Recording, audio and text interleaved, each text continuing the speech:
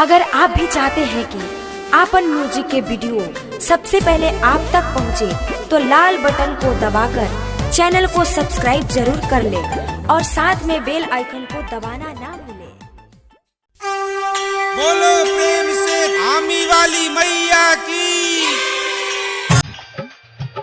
Music by एशके सावन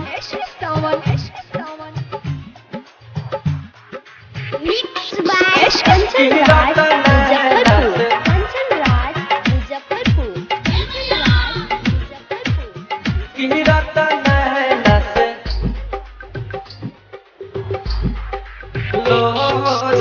रोई रोई काहेला तोहा से बजनिया जागी ना भइला भोर हो।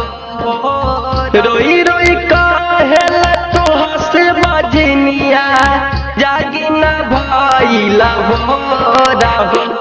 अरे माई भरा दीना हमार गोदिया गिरत नैना से लोर हो। अरे माई भरा दीना हमार गोदिया गिरत नैना से लोर हो। बोलो बोलो लक्ष्मण वाली मैया की।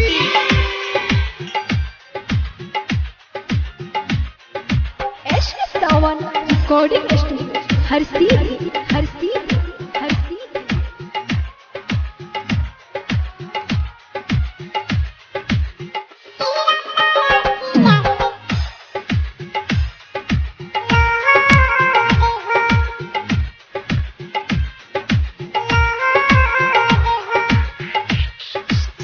बाझिन करत बिया तू हंस गोहार हो।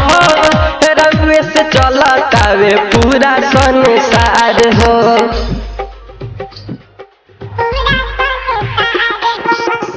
बाझिन करत बिया तू हंस गोहार हो।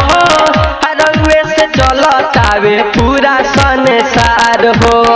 हई दरवानी हे माता रानी बनी नाए तना कठोर हो।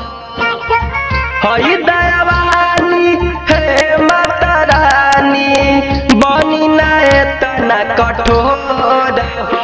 अरे माई भर दीना हमर गोदिया गिरत नैना से लोर हो। अरे माई भर दीना हमर गोदिया गिरत नैना से लोर हो।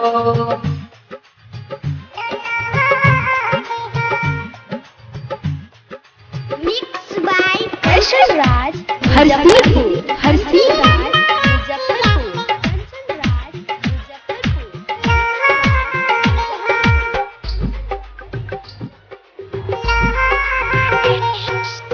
हमार त सुन बाटे हे माई तन हो। सब सखी ले ले बाड़ी गोदी में ललन हो।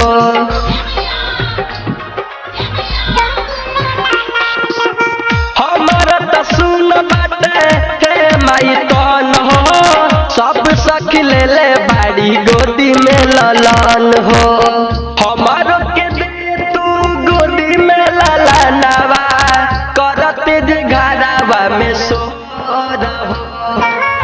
हमारो के दे तू गोदी में ललनवा करत जे घरवा में सोर हो। अरे माई भर दीना हमर गोदिया गिरत नैना से लोर हो। अरे माई भर दीना हमर गोदिया गिरत नैना से लोर हो।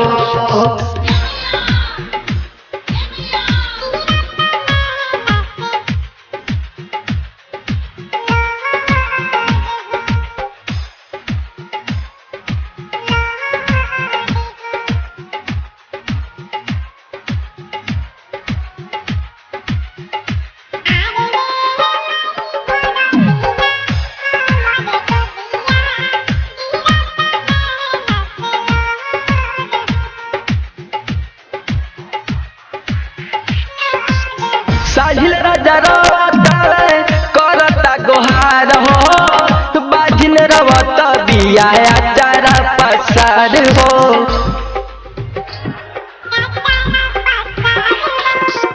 साहिल राजा रोवतावे करता गोहार हो, बाजिन रोवत बिया चारा पसार हो। राइटर सफर अली कहे बनी ना एतना कठोर हो। राइटर सफर अली कहे बनी ना एतना कठोर हो। अरे माई भर दिना हमरे गोदिया गिरत नैन से लोर हो। अरे माई भर दिना हमर गोदिया गिरत नैन से लोर हो।